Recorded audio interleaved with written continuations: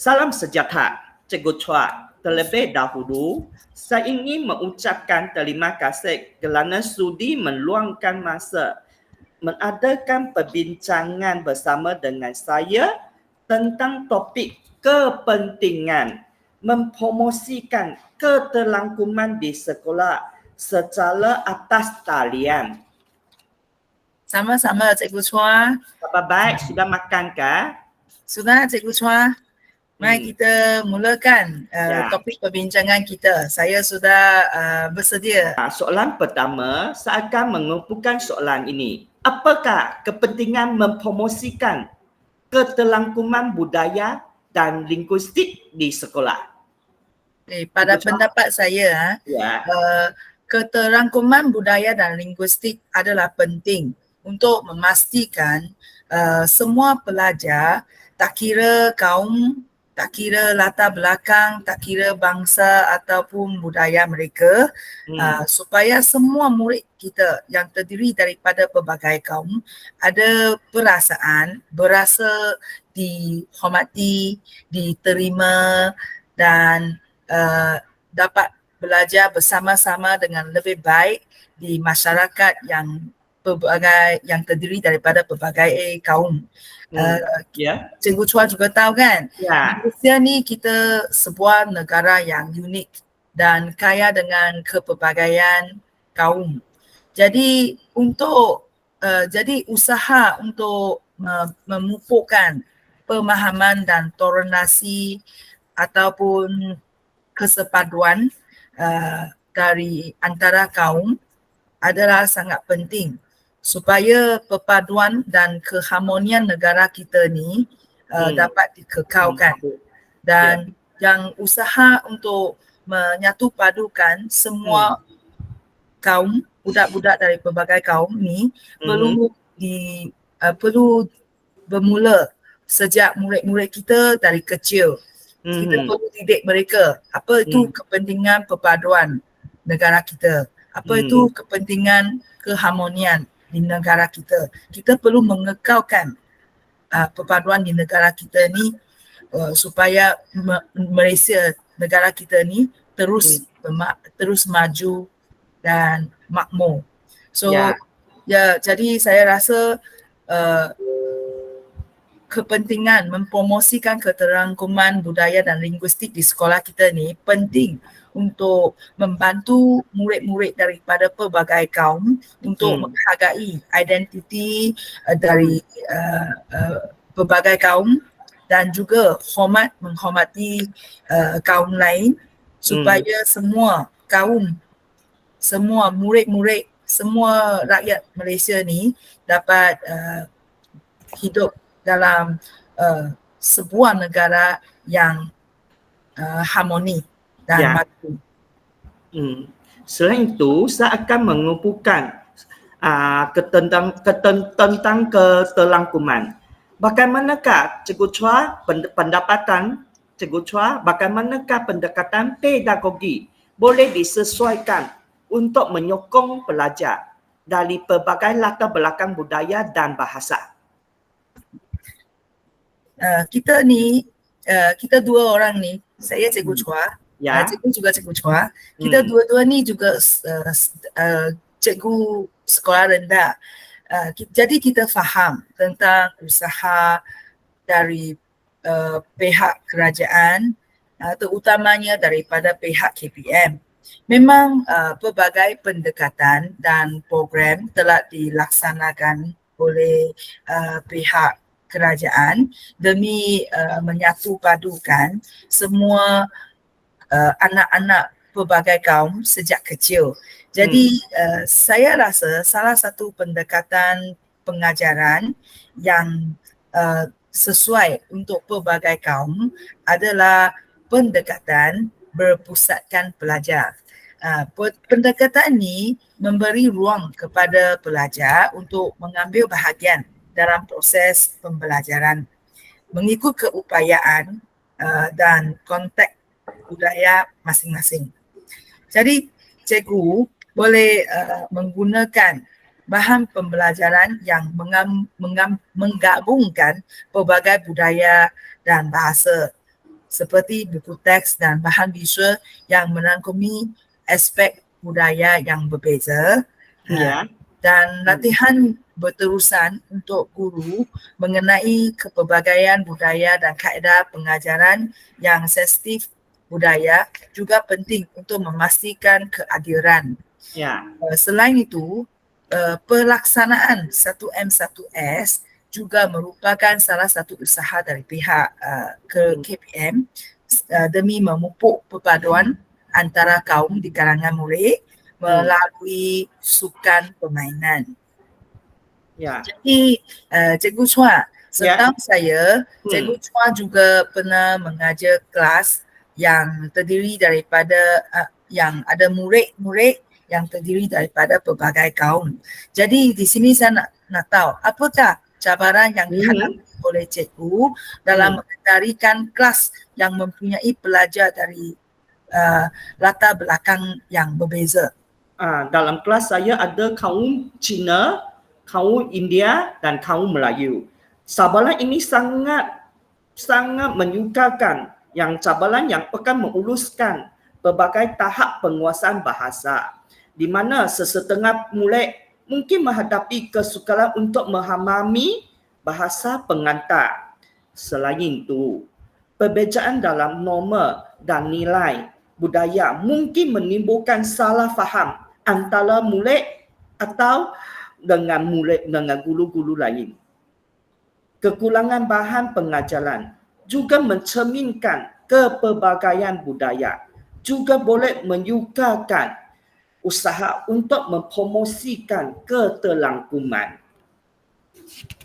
Jadi pada pendapat Cikgu Chua, apakah rancangan komprehensif yang boleh dilaksanakan untuk meningkatkan keterangkuman di sekolah cikgu? Ya, di sekolah saya akan GB di pihak sekolah juga ada menyediakan sesi latihan profesional bagi guru untuk meningkatkan pemahaman mereka tentang kepelbagaian budaya dan linguistik serta cara-cara untuk mendaptasi pengajaran mereka. Pihak sekolah juga akan mengubahkan polisi sekolah yang menyokongkan keterlangkuman seperti pengiktirafan pelajaran dan bahasa etnik di sekolah seperti perayaan Tahun Baharu Cina, Hari Raya Aidilfitri dan Hari Deepawali. Ia akan melaksanakan kurikulum yang lebih inklusif dengan perinteraksian bahan pembelajaran yang mencerminkan pelbagai budaya dan tradisi di Malaysia. Selain itu, ia akan memupukkan kerjasama antara sekolah dan komuniti tempatan untuk meningkatkan kesedaran pelajar terhadap kepelbagaian budaya. Cikgu Chua, ia akan bagaimanakah sekolah Chua boleh meimbangi antara keterlangkuman budaya dan objektif pendidikan utama seperti pencapaian akademik. Pada pendapat saya, keterangkuman budaya ni dia adalah bertentangan dengan pencapaian akademik. Bagi tugas dan tanggungjawab seorang cikgu, kita perlu mendidik anak-anak murid kita tanpa mengira latar belakang mereka, tanpa mengira kaum, bangsa dan budaya. Jadi usaha kita memang adalah yang utama ialah mendidik anak murid kita dengan baik. So, jadi saya rasa dengan mewujudkan persekitaran yang menghargai kepelbagaian, pelajar yang berasa lebih terlibat dan lebih termotivasi, kita perlu mengadakan program pemantauan dan sokongan akademik, terutamanya kepada sokongan akademik yang khusus kepada murid-murid dari latar belakang yang kurang nasib baik supaya kita dapat membantu mereka rasa diterima dan memastikan mereka tidak ketinggalan dalam pencapaian akademik. Selain itu, dengan usaha sebegini kita juga dapat mempromosikan kerangkuman budaya di kalangan murid kita. Cikgu Chua, tadi you kata, Cikgu Chua ada kata beberapa langkah untuk mengatasi keterlangkuman. Ia akan bagaimanakah isu ekuiti lain yang dan akses dalam pendidikan boleh ditangani di sekolah Cikgu Chua dalam pelbagai budaya? Ya, sebenarnya kita juga pernah mengalami dan kita juga pernah melaksanakan berbagai program sokongan yang dilaksanakan oleh pihak KPM. Program sokongan yang paling saya ingati dan juga berpengalaman ialah kelas tambahan. Pihak kerajaan pernah mengadakan program sokongan seperti kelas tambahan kepada murid-murid dari murid-murid yang dari latar belakang kurang nasib baik. Dia mungkin mereka duduk di kawasan pedalaman dan mungkin mereka tidak mampu untuk mengikuti kelas tambahan yang berbayar di kawasan bandar. Jadi pihak kerajaan telah mengadakan program seperti kelas tambahan kepada murid-murid tersebut. Jadi dalam usaha menyatu padukan semua murid-murid tanpa mengira kaum bangsa dan latar belakang, kita juga boleh menyediakan bahan alat bantu belajar, alat bantu bahasa seperti kamus bahasa ataupun teknologi bantuan bahasa. Jadi saya masih ingat pihak kerajaan juga telah berusaha membantu murid-murid kita melalui program satu murid satu komputer riba. Komputer riba ni penting untuk murid-murid kan semasa gejala COVID pada tahun 2020 kan. Jadi murid-murid dari kawasan pedalaman mungkin kekurangan pelanting seperti komputer riba. Jadi mereka juga menghadapi masalah dalam pembelajaran.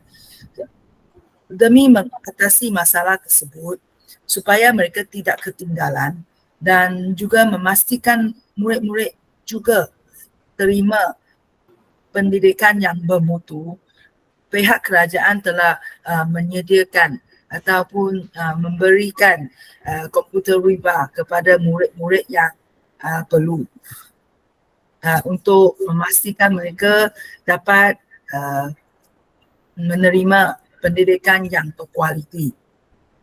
Terima kasih. Ya, jadi Cikgu Chua, semasa gejala COVID kan, cikgu ni juga macam guru, super guru lah.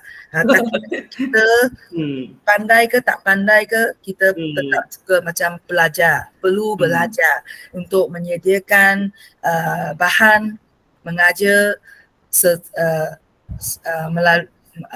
bahan mengajar yang seperti video animasi, PDP animasi menarik minat belajar. Kan? Apakah pendapat Cikgu Chua, bagaimanakah teknologi boleh memainkan peranan dalam mempromosikan keterangkuman budaya dan linguistik? Semasa itu gejala COVID-19, banyak mulai menggunakan platform pembelajaran seperti telefon bimbit, laptop, komputer dan lain-lain. Boleh membolehkan guru menyediakan kandungan dalam pelbagai bahasa untuk membantukan pelajar yang mempunyai tahap penguasaan bahasa yang berbeza untuk memahami konsep dengan lebih baik. Teknologi yang tadi saya sebutkan, ia boleh digunakan untuk mempamerkan budaya yang berbeza melalui sumber multimedia seperti video, animasi dan simulasi interaktif yang akan memudahkan pemahaman murid tentang budaya yang lain.